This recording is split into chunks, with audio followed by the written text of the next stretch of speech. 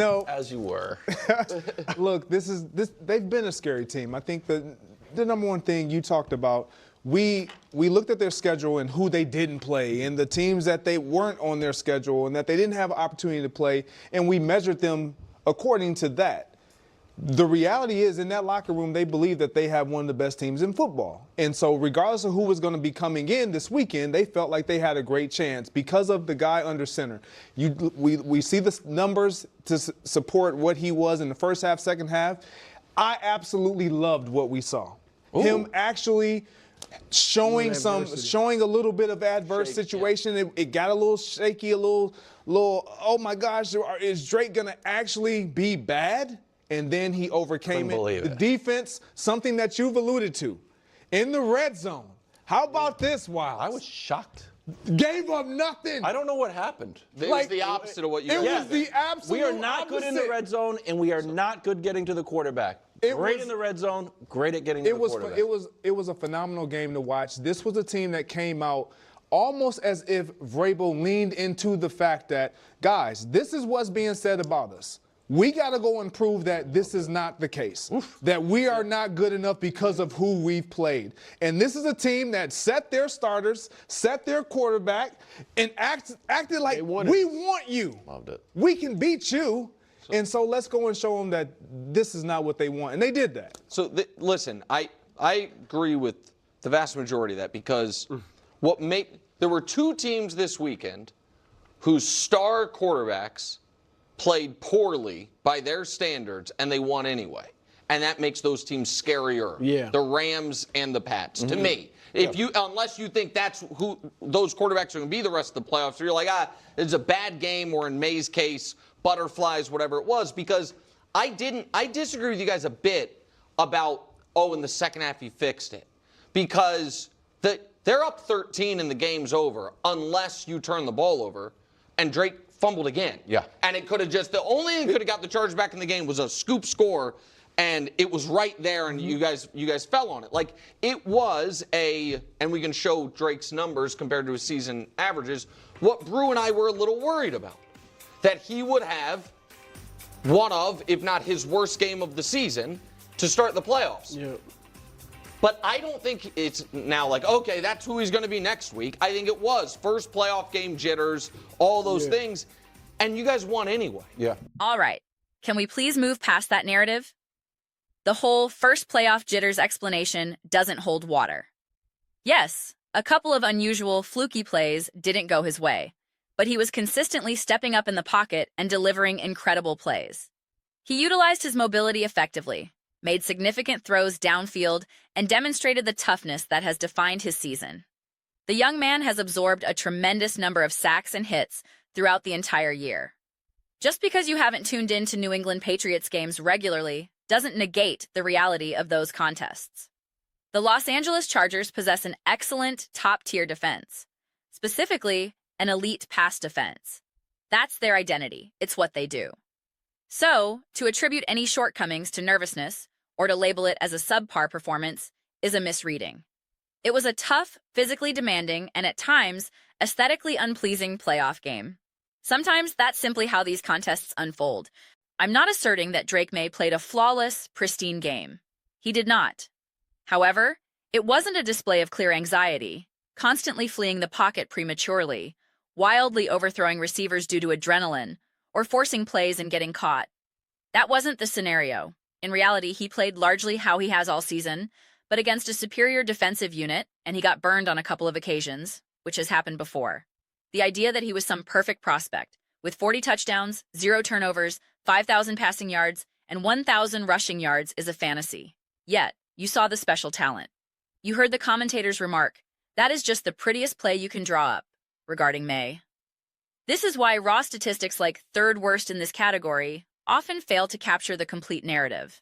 They don't tell the real story. Because ultimately, Drake May made the critical, special plays when they mattered most.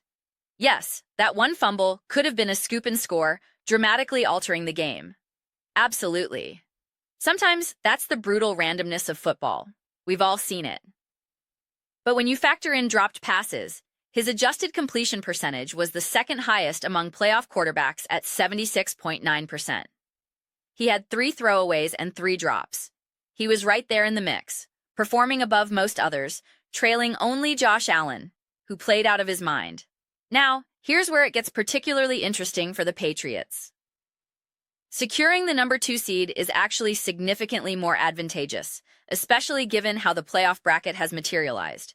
They are now positioned to face the winner of the Steelers-Texans matchup. I'm not attempting to frame that as an easy game. It is not. I am incredibly excited to watch that contest. However, I am far more apprehensive about facing Josh Allen and the Bills. Josh Allen is a monster. I've conveyed this to Patriots fans previously. I understand the rivalry. You're the Patriots with Drake May. They're the Bills with Josh Allen. Allen is a singular, terrifying force in these playoffs. Conversely, neither the Texans nor the Steelers are juggernauts.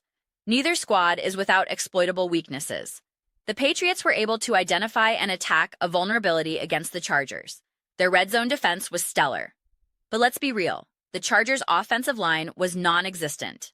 Receivers struggled to separate, and their offense was perpetually on life support all season. I've joked it wasn't held together by super glue and duct tape, but by Scotch tape and the cheap Elmer's glue from elementary school.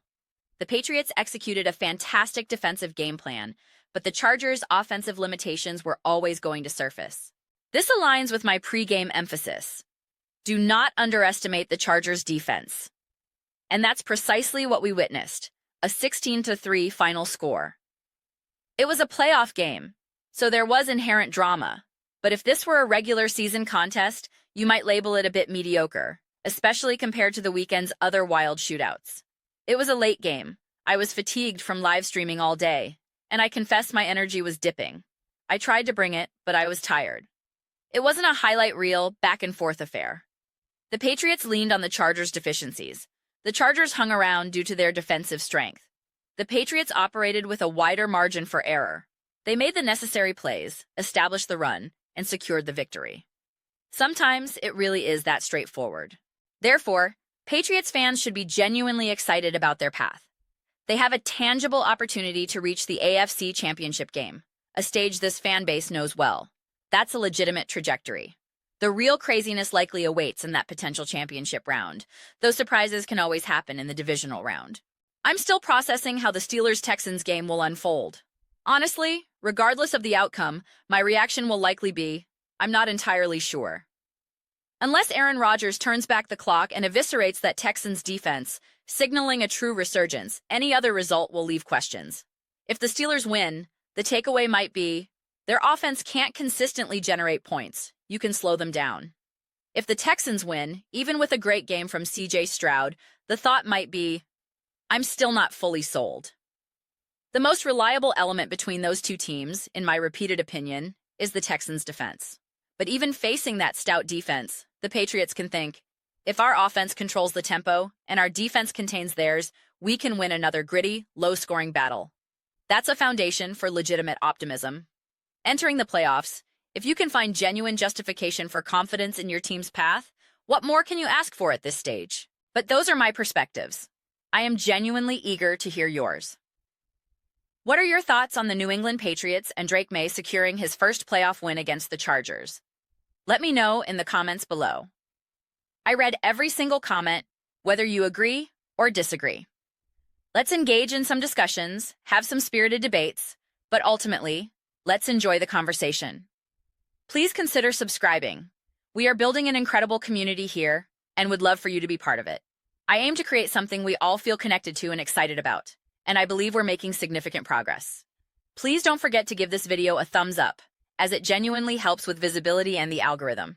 Thank you so much. I'll see you next time.